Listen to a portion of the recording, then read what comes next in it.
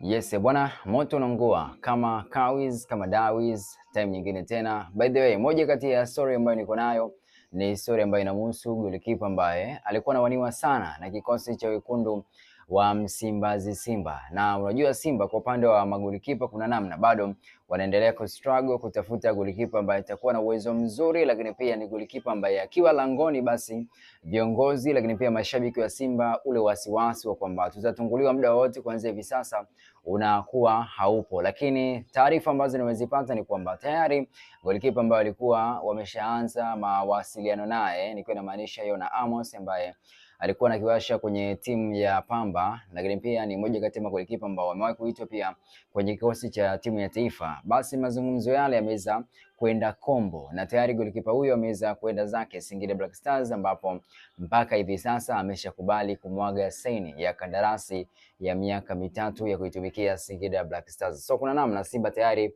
wameshafeli kwenye dili la kuweza kuinasa saini ya golikipa Yona Amos, na taarifa nyingine ambazo zinimpelekea pia yote haya kuweza kutokea, nimeambiwa kwamba Simba walidelay kuweza kukamilisha baadhi ya mahitaji ambayo Yona Amos alikuwa anayahitaji. So Singida wakatumia kama upenyo kuweza kukamilisha hayo na kuweza kumvuta Yona Amos kwenda kwenye kikosi chao. So tutegemee kwenye mashindano ya Sekafa Kagame Cup tumshuhudie Yona Amos akiwa anakiwasha kwenye kikosi cha Singida Black Stars na sio vinginevyo. Na tayari Simba wao wanaendelea kufanya utaratibu mwingine kwa kuwa muda pia ni mfupi, lakini pia kwa upande wa safu yao ya ulinzi pamoja na magolikipa kuna namna wanaendelea kuboresha kwenye idara hiyo. So ngoja tuone ni kitu gani ambacho kitatokea, kwa kuwa pia Yakub Suleiman hali yake bado sio nzuri. Ni moja kati ya magolikipa ambao wanaendelea kustruggle kwa ajili ya kujitibia jeraha lake. Alipoona kwa wakati fulani kwenye msimu akarejea, lakini alitonesha kidonda chake wakati ambao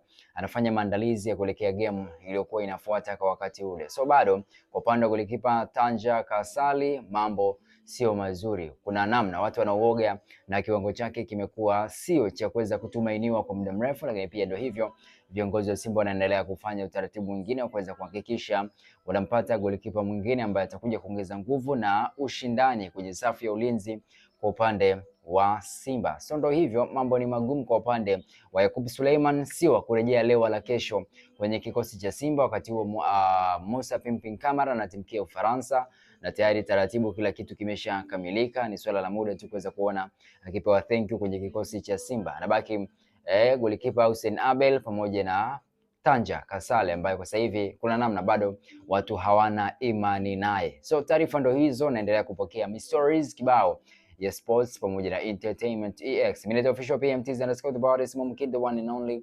Till next time, feel me.